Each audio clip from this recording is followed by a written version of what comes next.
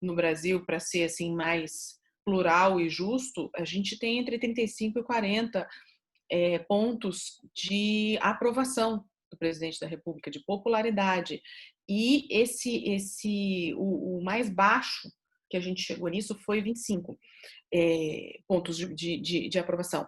Então, é muito difícil você, na política, se conseguir fazer, com base nos eventos recentes que a gente tem da história, uma descontinuidade do mandato numa eleição regular, e, enfim, que houve a quantidade de votos que a gente ouve, foram mais de 57 milhões de votos.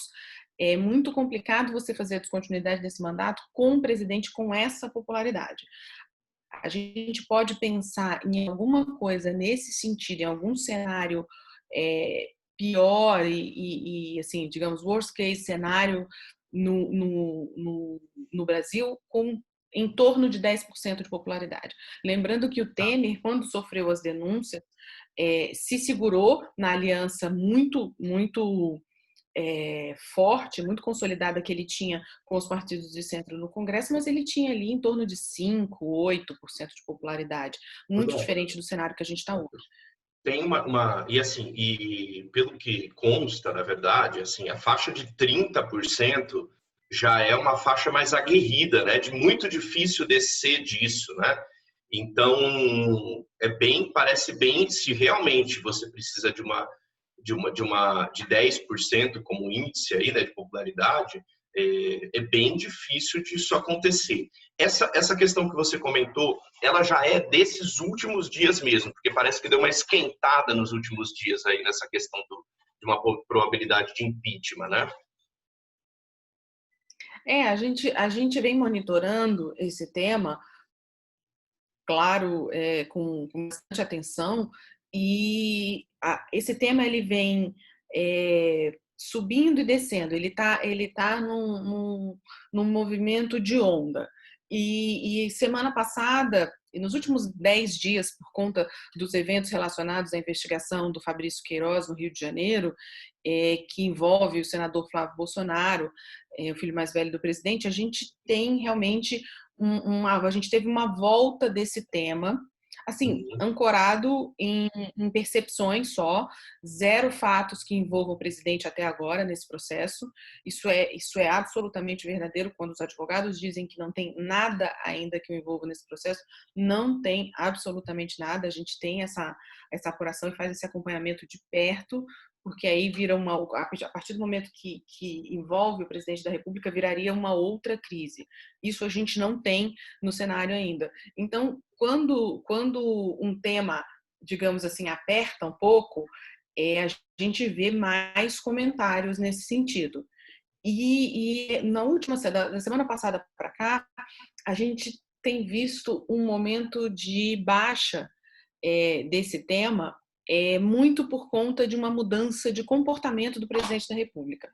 Eu não sei se vocês perceberam, mas a gente tem visto menos na porta do Palácio da Alvorada. A gente tem visto um presidente... Ele tá mais low profile, né? Ele tá mais assim, quietinho na dele, né? Ele tá mais na política, a gente chama de paz e amor. Bolsonaro, paz e amor.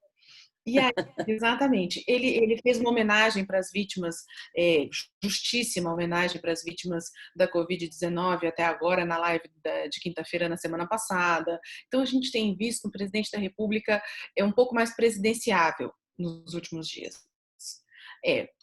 Por pressões internas, aí a gente vai entrar numa conversa de o papel dos militares, quem é que está dando uma segurada. Assim, na nossa avaliação, a gente acha que isso é uma nova característica pessoal do presidente? Não. O nosso presidente é daquele jeito que a gente conheceu no último ano. Entendeu? Ele é pode aguerrido. a qualquer momento. Pode, uma panela de pressão. Exatamente. Ele responde aos ataques, enfim, aos ruídos normais da política de forma figadal, muitas vezes.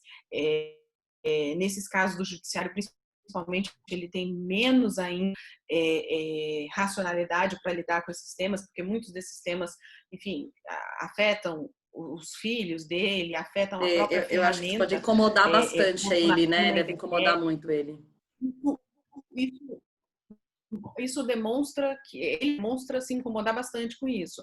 Mas a gente tem visto aí, na última semana, uma postura um pouco mais, digamos assim, presidencial e um pouco mais de estabilidade emocional, um pouco mais de racionalidade, Um enfim, pouco mais até política, né?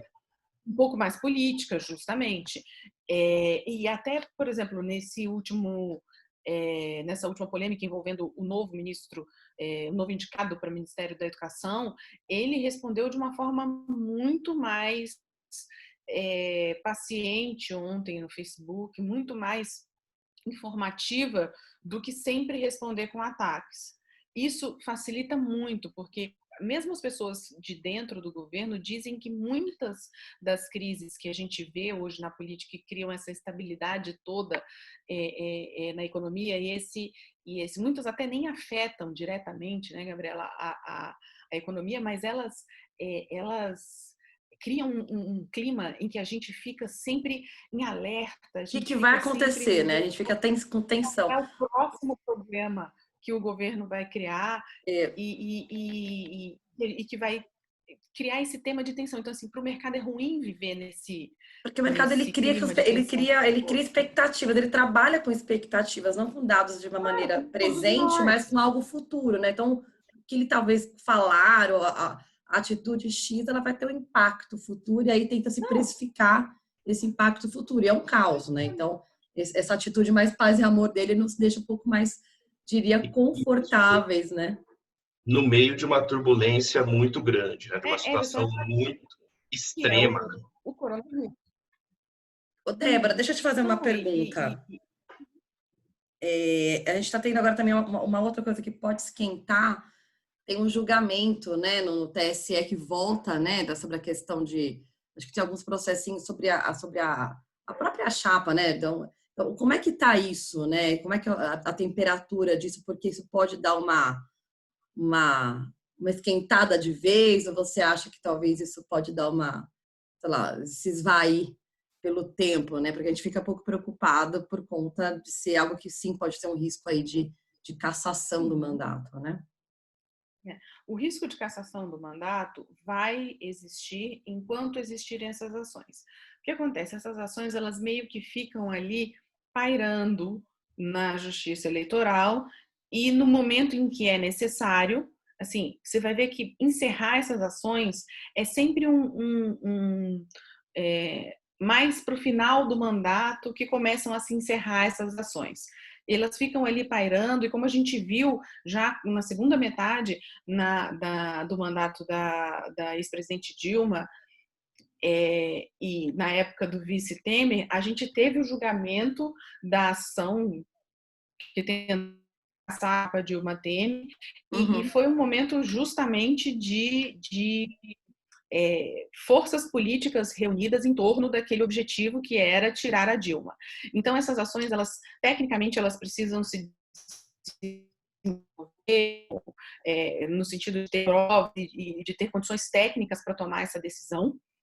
E um outro ponto, além desse ponto técnico da justiça eleitoral, é que essas ações precisam de um momento político para elas serem, para elas tomarem forma e caminharem até um momento mais crítico.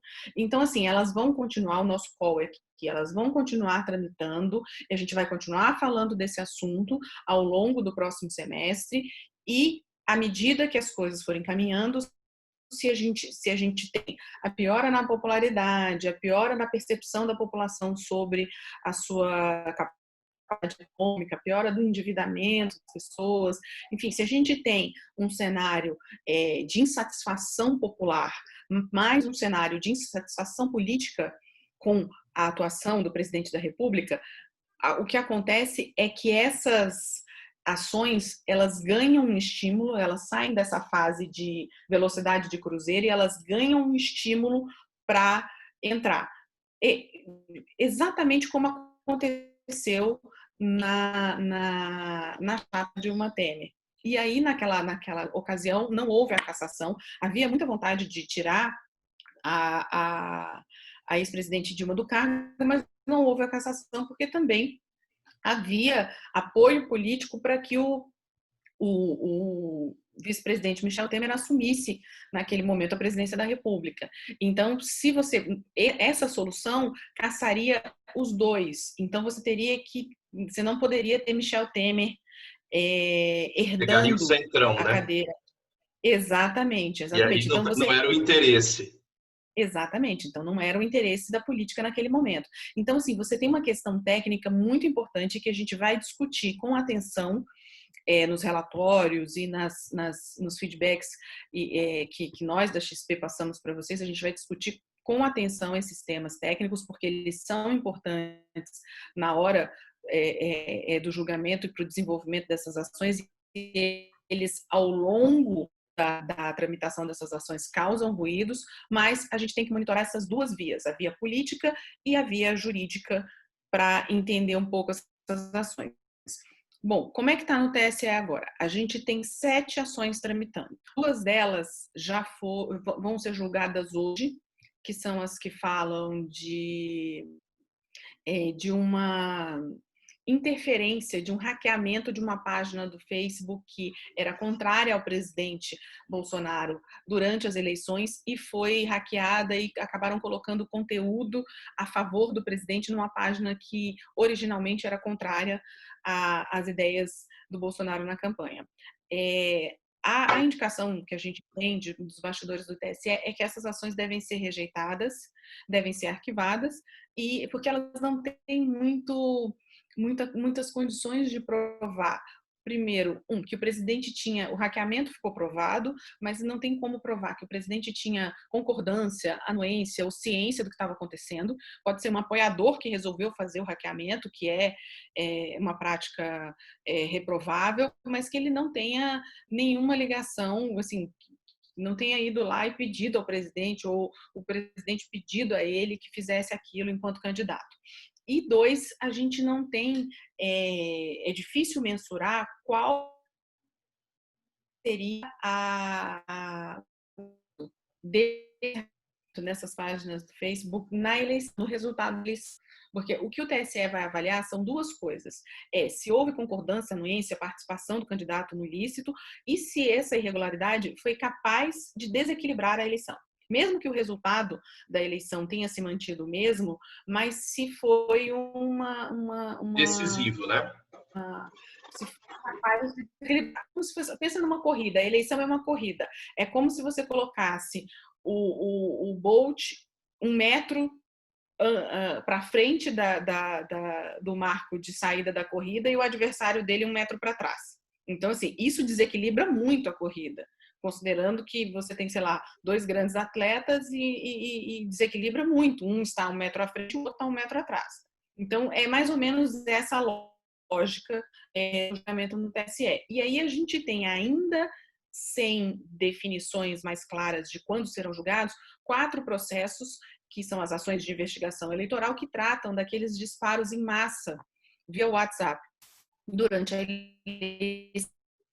Que esses sim são processos que chamam mais atenção e que têm mais chance de a gente ter mais dor de cabeça, mais ruído para a chapa Bolsonaro-Mourão. Por quê? Porque o ministro Alexandre de Moraes, do Supremo Tribunal Federal, que é relator do inquérito das fake news, está analisando informações que podem vir do inquérito das fake news para esse processo eleitoral. E se você tiver provas de que havia uma organização de pessoas com financiamento de empresários voltada à distribuição de fake news, isso complica bastante a situação da chapa nesses processos eleitoral. Mas, assim, isso lembrando que hoje é dia 30, amanhã começa o recesso do judiciário, e essas questões que eu estou tratando agora desse processo relacionado aos disparos via WhatsApp, elas são para o segundo semestre. Então, os tribunais superiores entram de recesso amanhã e só voltam no final de julho. Então, no recesso, esses processos mais corriqueiros, a tramitação do processo, ela fica um pouco mais lenta e só se decide em casos urgentes, como, por exemplo, pedido de habeas corpus, de réu preso, essas coisas. Ô, Débora, tem Então, uma... assim, a gente... Desculpa.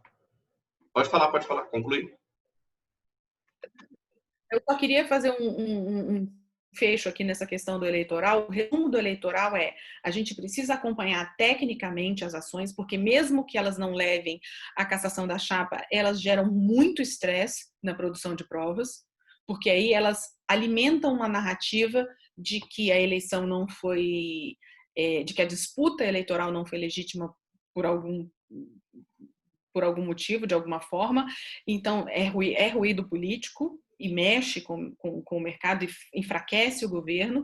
E, por outro lado, a gente tem que monitorar, como eu já falei acho que para todos os aspectos, a gente tem que monitorar a popularidade e consistência política, apoio político interno do presidente da República. Quando a gente fala em ruído, e aí eu queria deixar isso bem claro, quando a gente fala em ruído na política, o que isso significa para o mercado? O que isso significa para o investidor? Ruído cria instabilidade, instabilidade torna tudo que o governo quer fazer no Congresso mais caro.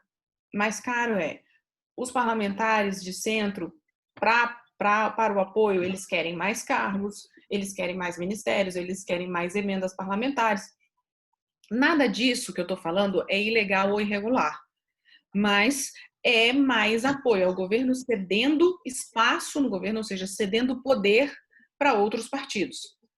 Então, assim, em todos os lugares, inclusive nos Estados Unidos, em vários países do mundo em que existe democracia baseada em representatividade popular, você tem um partido que é a situação e que divide com outros o bolo ali do poder para poder governar, né? Você tem isso nos parlamentarismos, funciona assim também. Você não governa sozinho, você precisa dividir o poder para fazer coalizões. A gente vê isso com muita frequência e a gente tem um histórico de presidencialismo de coalizão no Brasil que foi, digamos assim, contaminado por muitas coisas reprováveis que foram feitas ao longo da história. Mas é possível fazer, e em muitos países se faz um presidencialismo de coalizão, ou mesmo um parlamentarismo, enfim, se faz coalizões para governar de forma limpa e de forma um pouco mais clara, sem o que a gente viu nos últimos anos no Brasil. Desculpa, Everson. Não, imagino. Na verdade, a gente viu, você falou um pouquinho dessa questão do namoro, né? Esse namoro que bem provável vire noivado, muito menos casamento, né? Esse namoro, ele é fruto de uma necessidade do Bolsonaro em função dessa fragilidade que ele tem com essa questão do filho, né?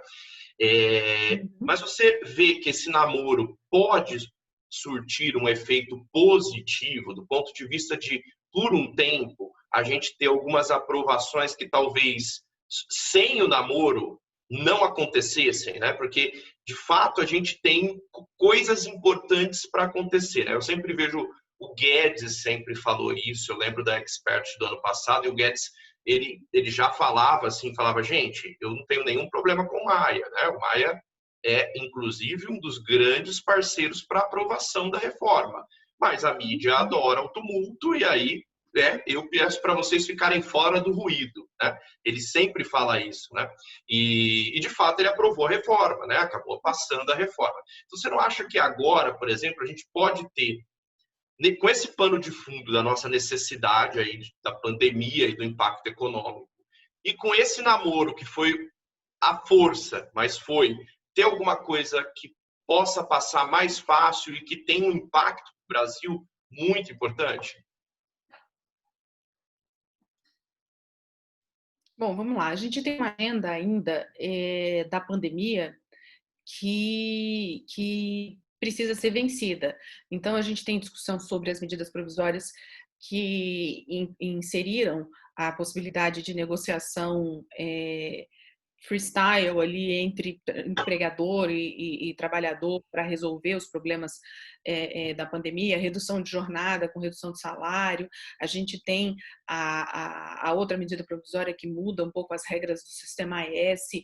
A gente tem essa questão da continuidade ou não pagamento e da modificação do pagamento do auxílio emergencial. Então, nós temos aí uma gama de temas da pandemia que ainda precisam ser discutidos. O apoio do Centrão, ele tem dois lados muito importantes que precisam ser observados por nós. Um lado nós estamos vendo, tanto por parte do governo quanto por parte do Congresso, bastante interesse em, no segundo semestre, tocar a pauta da reforma tributária, que é fundamental. A gente tem todas as conversas que a gente tem tido Legal. com exatamente todas as conversas que a gente tem tido com lideranças do Congresso. Nós falamos na semana passada com relatores da reforma tributária, tanto no Senado quanto na Câmara dos Deputados. É um objetivo do Rodrigo Maia, e a gente está vendo que ele está caminhando para os últimos meses, para o último semestre dele como presidente da Câmara. Em fevereiro vamos ter uma eleição, e a reforma tributária é um tema importante também para ele se fortalecer para essa eleição, para ele poder fazer um sucessor. Ele não pode mais se candidatar a presidente da Câmara por conta dos 3 mandatos que ele já cumpriu nos últimos anos, mas a gente tem aí a intenção dele política de fazer o seu sucessor nessa eleição. Então, a reforma tributária é um tema fundamental nesse plano de retomada econômica do governo, e principalmente no plano também de fazer uma redistribuição de renda por meio da reforma tributária. E você também tem a importância política do presidente Rodrigo Maia querendo se ancorar na força desse tema para, de repente, tentar fazer aí um sucessor mais próximo a ele e da lavra dele. E, por outro lado, como a gente ainda tem, então, assim, a notícia boa é que nós temos as peças do tabuleiro se movimentando em direção à reforma tributária, que é importantíssimo. Só que, por outro lado, a gente ainda tem esse residual da agenda de coronavírus, e a gente tem o risco que a gente conversou um pouco mais cedo na pergunta da Gabriela, o risco de você ter um Centrão um pouco mais perdulário com os gastos, de você ter um Congresso que queira abrir um pouco mais a mão em detrimento do fiscal e desse rigor fiscal que a gente precisa ter. Na semana passada se falou muito em Rodrigo Maia tem começado a pensar em mexer no teto de gastos, em mexer com temas muito caros ao mercado e que são muito importantes para poder manter a saúde fiscal. Eu acho que tem um pouco de forçação da imprensa aí nessa avaliação, justamente porque o Rodrigo reconhece a necessidade de gastar um pouco mais no social agora, nesse momento da pandemia, ou seja, ele deu a prorrogação do Corona Voucher, enfim, ele defende que o governo esteja mais presente, que o gasto público esteja um pouco mais presente nesse momento da pandemia, mas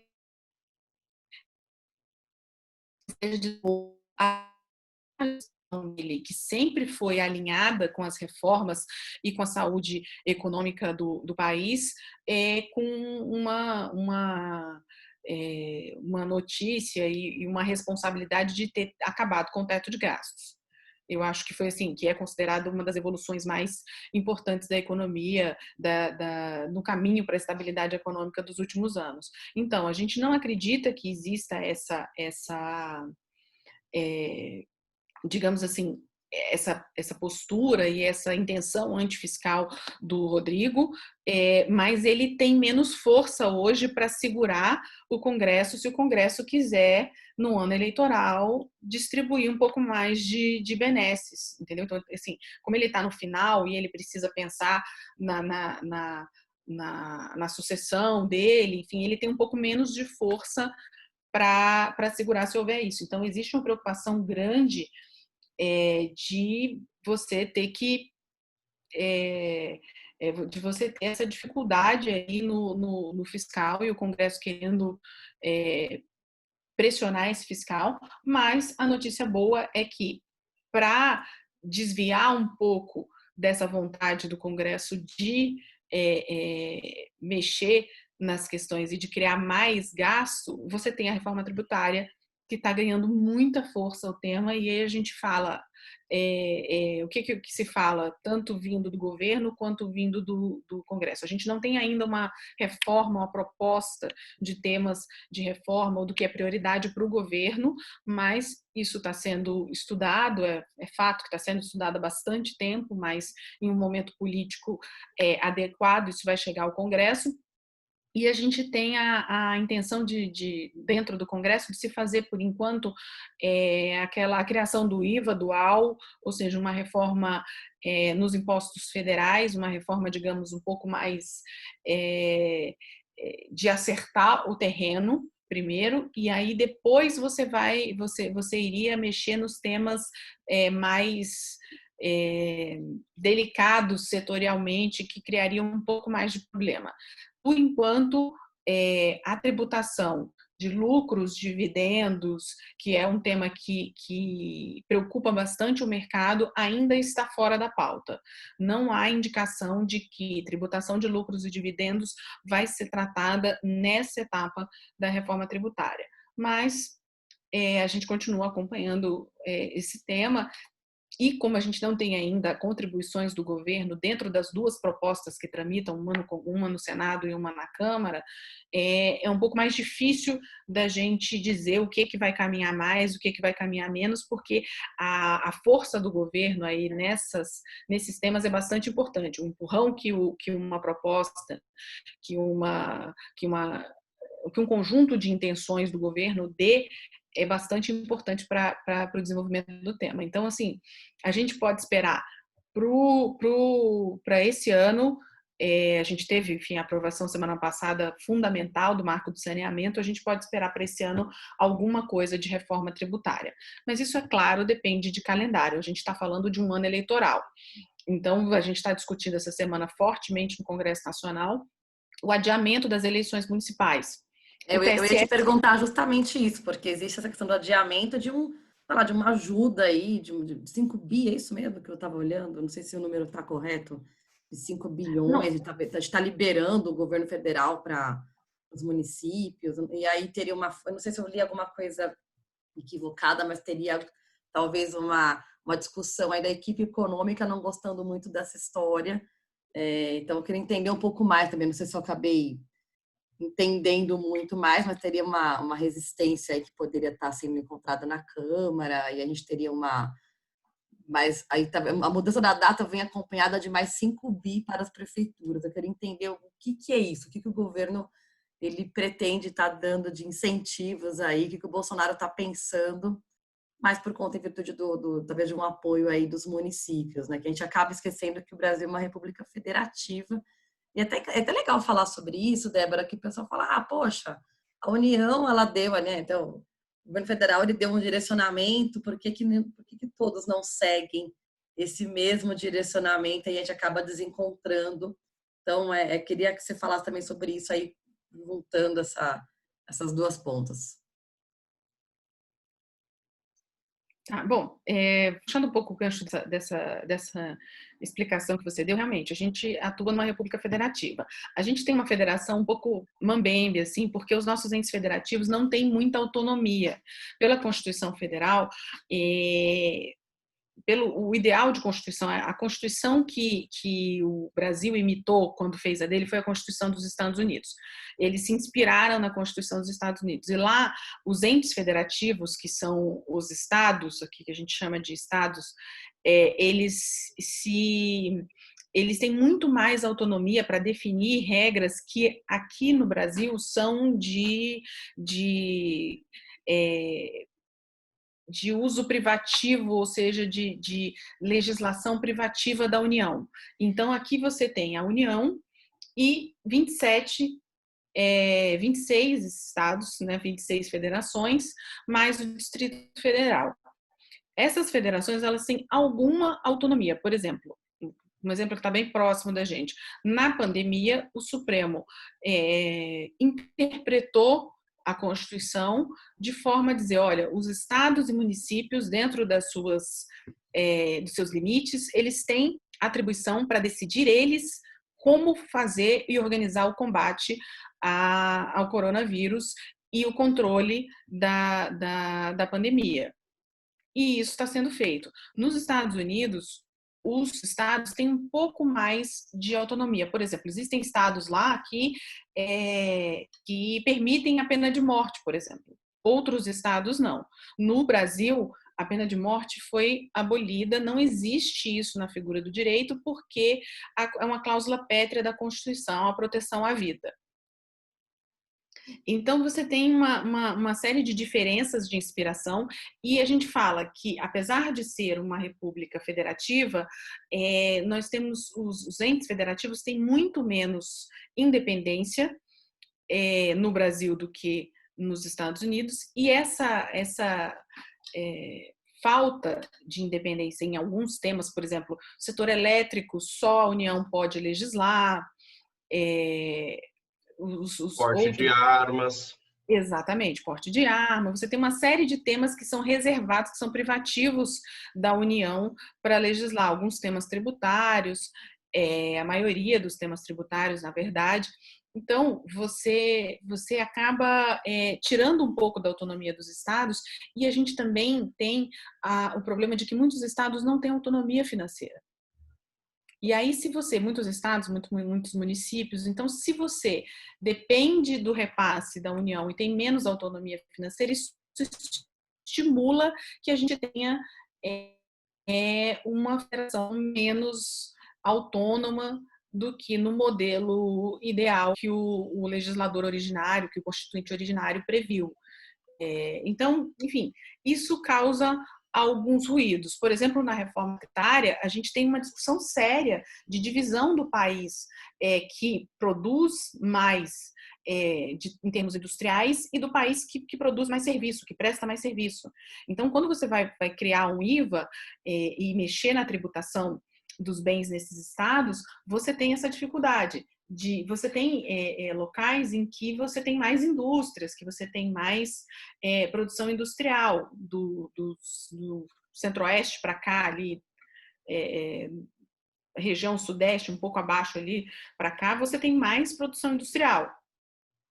E na parte de cima você tem um lado mais agricultura, um lado mais produção de serviços, enfim, turismo.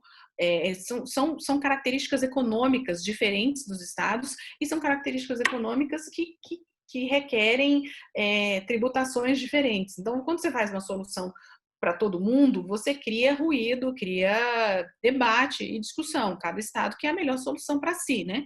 Para o seu perfil produtivo e econômico. Então, essa questão do comportamento entre a federação vai ser sempre pautada pela interpretação constitucional que se dá para cada situação e também pela condição do município de se manter. O que acontece na questão das eleições do município e do estado de se manter com ou sem os recursos federais? O que acontece na é que a gente tem na Câmara uma resistência muito grande à proposta feita pelo TSE. O TSE ouviu especialistas e fez, enfim, o sopesamento técnico deles lá e definiu que a eleição seria mais segura se feita entre 15 de novembro e 20 de dezembro.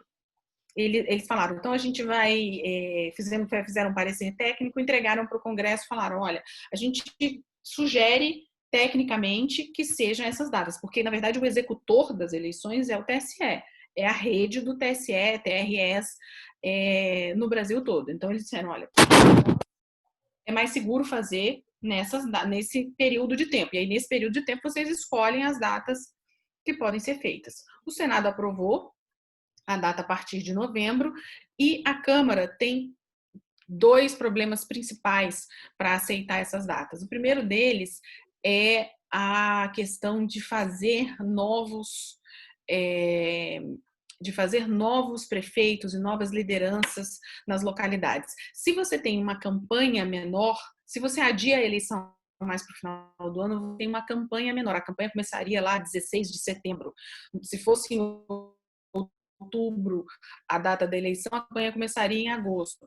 Então, se você tem um menor, é muito mais fácil. Assim, você tem uma vantagem competitiva para o candidato que já é conhecido e que já tem um capital político para vencer essa eleição, do que um candidato que ainda precisa se fazer durante a eleição, que precisa correr atrás.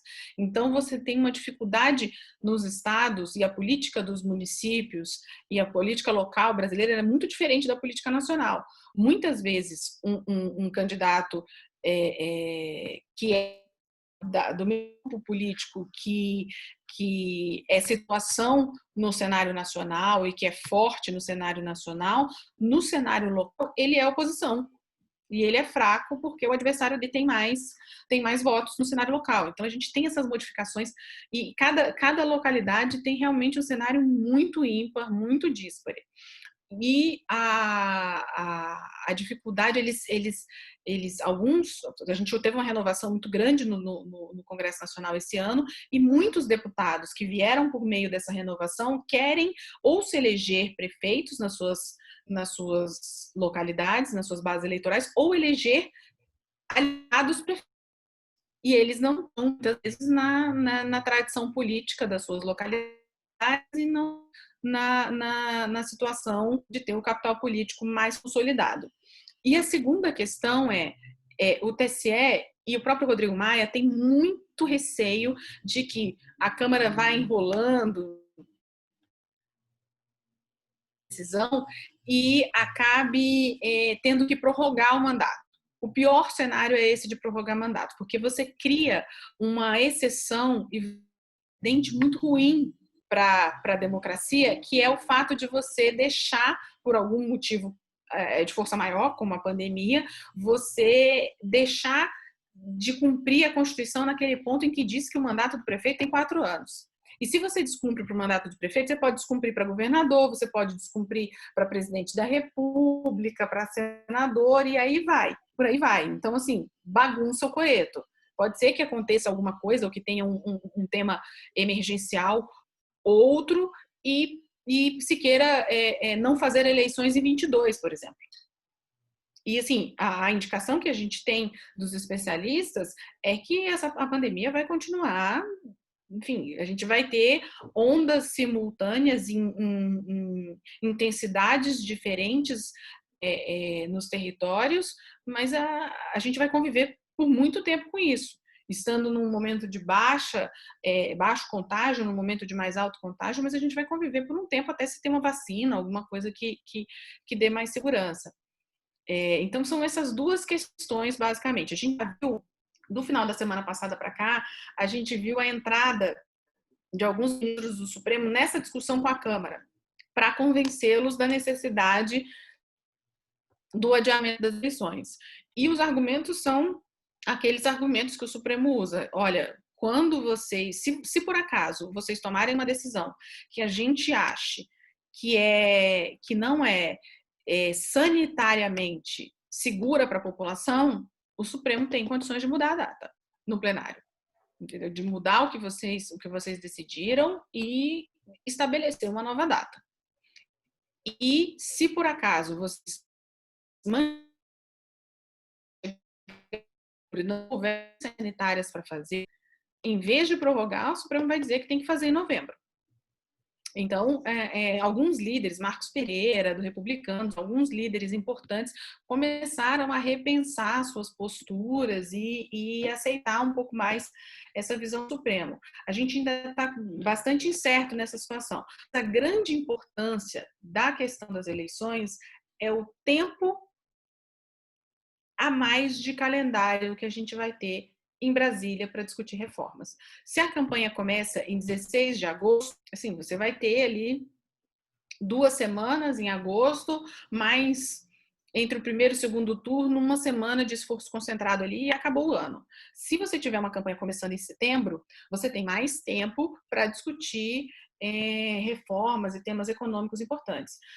Vou passar rapidinho aqui por outros temas de reformas que a gente não falou ainda. Reforma administrativa não rola esse ano. a expectativa é que fique para o ano que vem mesmo. O Pacto Federativo também, que é bastante importante para os estados e para a estabilidade econômica dos estados, também fica para o ano que vem. Que é mais recessivo, tudo que é de apertar mais o cinto, todas as medidas econômicas e reformas estruturantes que, no fundo, querem dizer apertar os cintos, elas vão ficar para o ano que vem. Porque é um momento difícil de defender, tanto para o governo quanto para o Congresso, apertar cinto, né? Porque a gente está falando de um momento em que as empresas precisam de crédito para manter o seu funcionamento, para manter os seus funcionários, a população precisa de emprego, a gente vê o desemprego numa taxa importante, assim, não tão alta quanto se esperava, mas uma taxa importante. Então, esse não é o momento de apertar demais o cinto. Nossa, eu já falei muito, né, gente? Desculpa. Não, mas política sempre traz para a gente muita informação, né? A gente realmente quer entender, porque são tantas nuances e tantas coisas que a gente acaba falando uma hora aqui, a gente nem percebe o tempo passar, né? Que geralmente é o tempo que a gente acaba dispondo da sua preciosa agenda, né? De todo mundo que veio falar aqui. Muito obrigada, viu, Débora, pelo tempo, pela aula aqui, porque sempre é uma honra para a gente estar podendo sugar um pouquinho do conhecimento de tanta coisa que tanta gente como você vem trazer para a gente, para os nossos clientes e parceiros que estão aqui nos assistindo e prestando bastante atenção, porque uma coisa muito bacana, eu acredito que no Brasil que eu percebo, é que a gente nunca falou tanto de política, né? Nunca foi uma coisa tão falada de uma maneira ampla por tantas classes sociais, por tantas pessoas diferentes. Acho que sim, teve uma polarização importante, talvez aqui a gente caminha aí para um debate mais saudável e a cada dia que passa é o que eu espero realmente, as análises que a XP acaba trazendo para o mercado como um todo e para a sociedade é muito relevante ter gente com a calibre e a qualidade da Débora na equipe é muito, muito legal mesmo. Eu que agradeço, gente. Muitíssimo obrigada. Diga lá, Everson. Não, vou só agradecer mesmo mais uma vez a sua presença e o seu tempo, tá? As respostas valiosas aí, né? As contribuições, né? Essa questão, por exemplo, da prorrogação do mandato, eu realmente ainda não tinha lido sobre o assunto, né? Espero que não aconteça, porque eu concordo com você, acho que esse tipo de brecha depois vai ser utilizado em situações que não são tão adversas quanto essa, né? Mas obrigado aí pela sua participação aqui, ajudando a gente a entender melhor esse mercado político. Bom, eu agradeço demais a vocês, enfim, faço questão de sempre estar nesse tipo de evento, nesse bate-papo, exatamente porque, como eu disse antes, ajuda a gente a orientar onde a gente precisa olhar e o que a gente precisa produzir para ajudá-los, e também por conta da admiração e da importância que eu vejo no trabalho de vocês e no serviço que vocês prestam para os clientes da XP. Realmente, eu entendo de política, ponto, assim, não entendo de investimento, e eu acho da maior importância nesse momento a gente poder contar no mercado, o cliente poder contar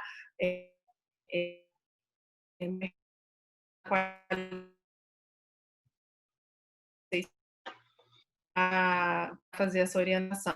E o nosso objetivo é sempre ajudar. A gente tem um podcast semanal que está em todos os agregadores de podcast, que a gente fala de forma bastante descomplicada sobre esses temas da política, frequência política lá no Spotify. A gente tem um canal no Telegram que eu posso encaminhar para a Gabriela e para o Everson o link, e todos que estão nos assistindo podem se inscrever e participar. A gente faz uma cobertura diária dos temas da política, chamando bastante atenção para aquilo que é realmente tem um pouco de análise, tem um pouco de curadoria e reunião de temas importantes para o mercado, o que a gente precisa ficar de olho da política. Enfim, eu estou absolutamente à disposição de vocês, sempre que precisar, sempre que for necessário, tiverem alguma dúvida, podem nos contactar por meio do time do Diego e também mandar dúvidas, enfim, não tendo possibilidade da gente fazer eventos sempre, a gente pode ajudar com textos, com gravando vídeos, enfim. O nosso objetivo agora, principalmente nessa era de pandemia, é deixar as pessoas um pouco mais tranquilas, e um jeito de ficar tranquilo é ter informação. Eu acho que eu sou dessas, assim, eu prefiro ter informações, mesmo que elas sejam difíceis de serem processadas, e um momento de notícias pesadas e difíceis, mas eu prefiro ter informação para poder lidar dentro do cenário, saber onde eu estou colocando os meus pés no cenário, do que ficar no escuro. E a gente está aqui para contribuir e ajudar com vocês. Parabéns pelo trabalho, muito obrigada pela oportunidade. Muito obrigada, nós que Débora. agradecemos. Grande abraço. Bom dia. Muito Bom obrigado dia, um a abraço. todos. Obrigada. Tchau, tchau.